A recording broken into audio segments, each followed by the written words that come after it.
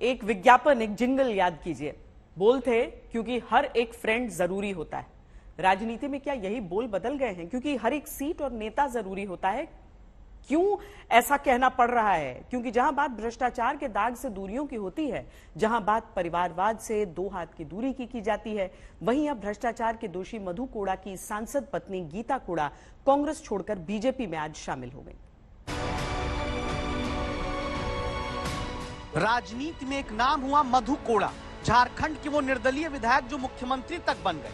वही मधु कोड़ा जो सैकड़ों करोड़ के भ्रष्टाचार के दोष में गिरफ्तार किए गए।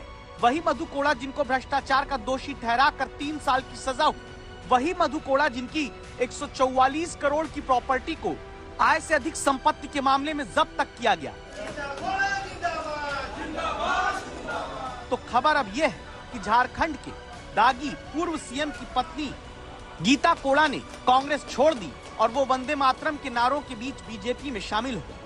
कांग्रेस में अपने आला नेताओं से बात करने के लिए भी एक लंबा संघर्ष करना पड़ता है।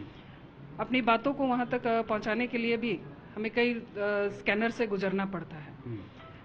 आला कमान ने कभी सुधि नहीं ली।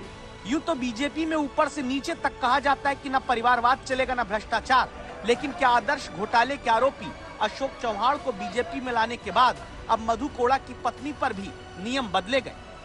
भ्रष्टाचार के दोषी मधु कोड़ा की पत्नी, जो पति के जेल जाने से पहले सिर्फ घर संभालती रही और फिर करप्शन के केस में पति के जेल जाने के बाद 2009 में पहली बार विधायक और 2019 में पहली बार सांसद बनी। यानी ये नहीं कह सकते कि गीता कोड़ा कोई अपने दम पर राजनीति में आई, लेकिन बीजेपी क्या ये कह सकती है कि दोषी तो पति साबित हुए हैं, आरोप कोई पत्नी पर तो नहीं?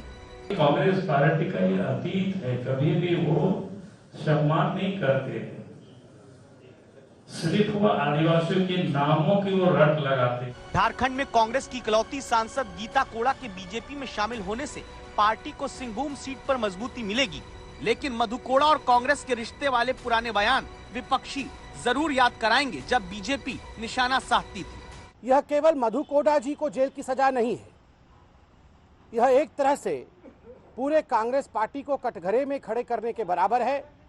कांग्रेस हमसे जो पूछती थी कि आखिर किसी भी व्यक्ति को क्या सजा हुआ है, आज सजा हुआ है और यह एक तरह से स्थापित हुआ है कि किस प्रकार से बहुत बड़े बड़े घोटाले और घपलों के माध्यम से झारखंड और पूरे भारतवर्ष में गरीबों, शोषित मजदूरों और आदिवासियों के जेब को काटने का काम कांग्रेस पार्टी ने किया था।